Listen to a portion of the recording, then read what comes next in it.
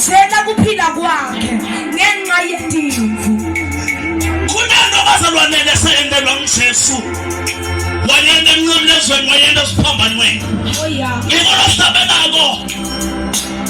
Kukhona namashana mandele bebebeshana baya. Ngikho sabelako uthi angeke kuphele kimi. Ukuthanda wena ngoba ngikhumbula iKhethsemane. Ngikhumbula kanjani ukuhluphekela. Khumbula kanjani ufa. Ufela kona kwami. Khumbula kanjani ufa. Ufele emahlazo ami.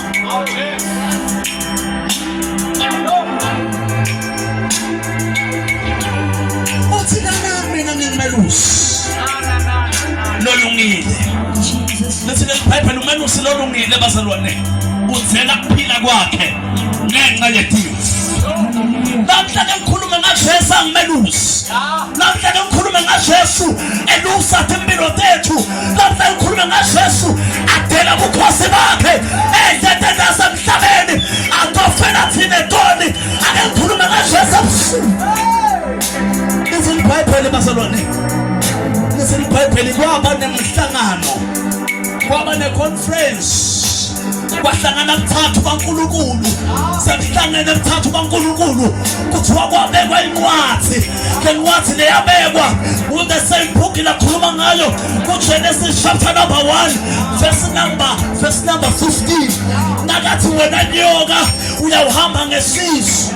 Chapter 3 verse number 15. Wena nyoka utawuhamba ngesisu. Bese inza uthi kuyoba nenzalo wesifazane iyawuthi na ubonana nawe iyawuphoboza ikhanda lakho. Wena na ubonana nayo uyawuluma sithele salo nenzalo wesifazane lokwakhulunywa ngayona umuntu uKristu Jesu lokwazi ngabentendanga dikelosi dibitiwe yabekwa incwadi. Lethi leBhayibheli kwasekufundeka indoda kwasekufundeka umuntu lokawuthatha incwadi abesuyayicatulula nalethi mawutalo kuthiwa kwababethe losukumayo wathi lelikathi the right hand man waJehova wathi babe mina ngitayithatha le ncwadi. Power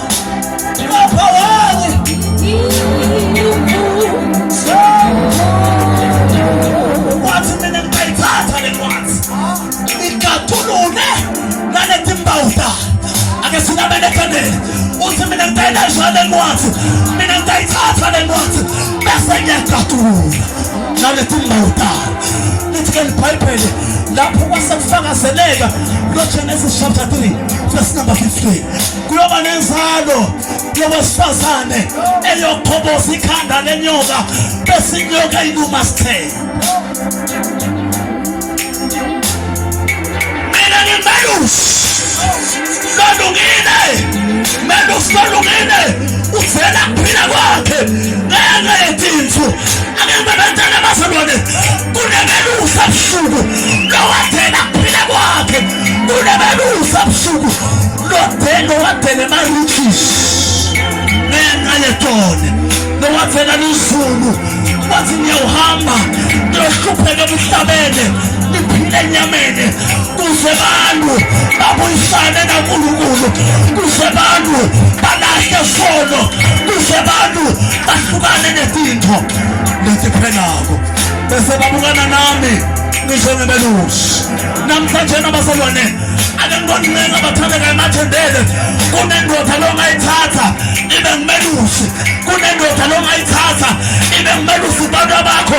Ibe ngumelusi empilweni yakho. Ibe ngumelusi business yakho. Ibe ngumelusi finance yakho.